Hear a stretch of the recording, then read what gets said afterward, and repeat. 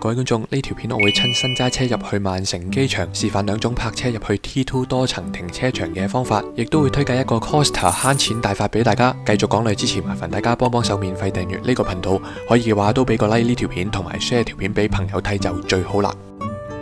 大家嚟到曼城機場接機或者送機，接送嘅好大機會都係往返香港嘅親戚或者朋友，大家就要嚟到營運國際線嘅 Terminal 2接機或者送機啦。而相應泊車接送嘅地點就會係大家眼前左手邊呢一個 T2 Multi-Story West， 依家改咗名做 P3， 揸車睇路牌就要留意翻啦。當大家嚟到閘口之前，就會發現地下分咗兩種顏色，分別就係左邊藍色地面嘅 Pre-book and Short Stay， 同埋右邊綠色地面嘅 Express Pickup。假如你想喺度泊車超過15分鐘，無論有冇預約都好，你都需要經過藍色通道進入停車場。收費表呢，我就擺咗喺左手邊，泊2個鐘呢都要收21.2磅，係有啲貴嘅。如果你泊車少過15分鐘嘅話，就可以選擇右手邊綠色通道嘅 Express Pickup， 收費就係6.4磅，但有一點需要留意，過咗15分鐘先出閘，你就會被罰款100磅噶啦。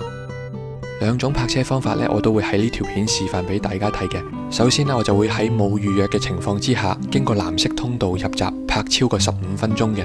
藍綠通道呢都各有2條 link 嘅，我而家就入去藍色通道其中一條 link 啦。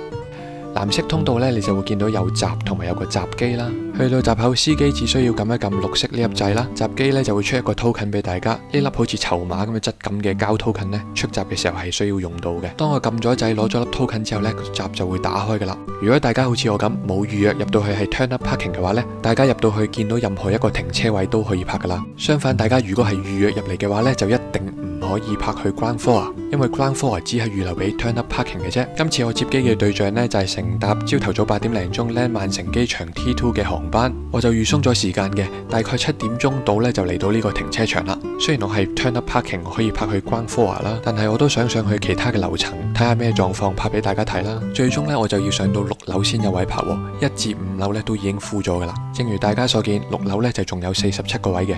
最終呢，我就喺6樓其中一個位泊低咗部車啦。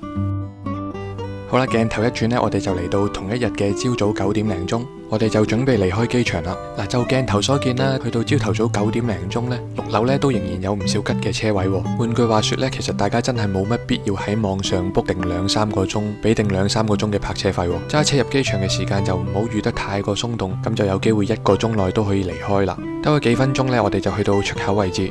正如大家所見啦，出閘嘅位置都係有道閘同埋有個閘機嘅，大家只需要去箭嘴嘅位置呢，入翻粒 token 入去，然後就可以即時拍埋 contactless card 俾錢走人噶啦。用 turn up parking 呢個方式泊車呢，泊2-3個鐘都要20-30磅，係有啲貴嘅。跟住落嚟呢，我就會示範埋 express pickup， 即係最多唔可以泊超過15分鐘嗰種泊車方式，示範俾大家睇嘅。好啦，我哋而家又嚟到 T2 停車場入口嘅位置啦。今次我就選擇經過右手邊 Express Pickup 嘅綠色通道進入停車場。再提醒大家一次啦，呢一種泊車方式呢係唔可以超過15分鐘嘅，過時呢就會被罰100磅嘅。同樣地，綠色通道都有2條 link， 咁我就揀咗其中一條入去啦。呢一個入口位置呢係冇閘機同埋冇閘嘅。你經綠色通道入同埋出呢，佢都會有個鏡頭去 scan 你嘅車牌嘅。當你部車離開咗停車場之後呢，你就需要喺同一日嘅2359時之前上網俾錢啦。當你經綠色通道入到嚟呢個停車場嘅時候，你就會發現佢係同 turn up parking 嘅位置呢完全隔開咗嘅。但凡你見到有吉位嘅話呢，你都可以泊低部車上客或者落客噶啦。因為第一次經綠色通道泊入嚟啦，我就唔知近客出口嗰邊會唔會吉嘅車位比較少，為免兜嚟兜去超時被罰款呢，我都盡快落咗客先啦。請大家都留意翻呢一個標示啊。Suppose 你揀咗一個位置落客或者上客呢，你就要響個位置揸走部車噶啦。如果你走緊擺低部車冇看管住佢呢，你部車就有機會俾人拖走噶啦。不過咁講，今次我送機呢都擺低咗部車喺個位置幾分鐘嘅，最終都冇俾人拖走到。假如呢個場非常之繁忙，泊滿晒車嘅話呢，我就唔敢擔保啦。喺片段入邊嘅時間呢，大概係晏晝4點鐘左右嘅。就大家所見啦，呢一個位置呢都冇乜車啊，都幾鬆動啊。大家第時接機或者送機呢，都不妨試下用呢個 Express Pickup 嘅停車場啦。嗱，而家見到鏡頭所見嘅位置呢，就係鬆獅啦，就係最近客嘅出口。大家接機或者送機都好，不妨就喺鬆獅呢度附近去上客或者落客啦。最尾我哋轉多2個右彎呢，就去到出口嘅位置噶啦。正如之前都講過啦，出口嘅位置呢，同樣係冇閘同埋閘機嘅。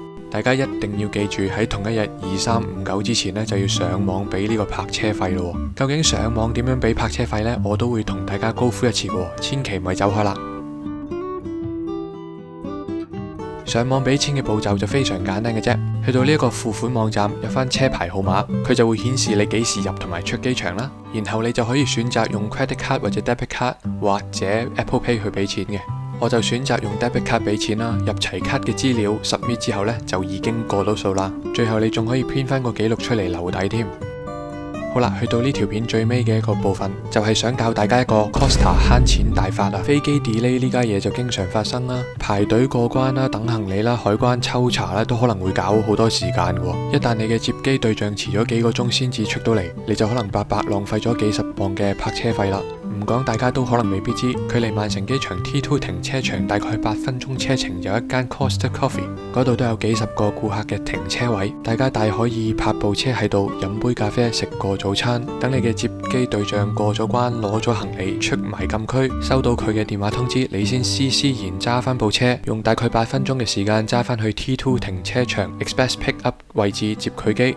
咁你就可以用最平嘅價錢好精準咁樣接到佢機啦。不過用呢個方法接機呢，有3點大家需要留意嘅。第一，呢度泊車限時90分鐘嘅。第二，呢個係客人停車場，所以你係需要幫襯佢啦。第三，就要留意佢嘅開放時間，佢禮拜一到禮拜日嘅開放時間呢，都係朝5晚10嘅，大家就千祈唔好摸門釘啦。好啦，究竟幫襯呢一間機場嘅 Costa 貴唔貴呢？都影一影俾大家睇啦，大概3磅零4磅都可以買到一件 cake 噶啦。而最平嘅飲品呢，就係 English Breakfast Tea 啦，大概都係3磅一杯嘅啫，用7磅8磅飲杯啡食件蛋糕做早餐，然後就施然揸部車去 T2 停車場 Express Pick Up 嘅位置接機，用咗啲錢去飲杯咖啡食件餅，都總好過嘥咗啲錢喺泊車嗰度啊！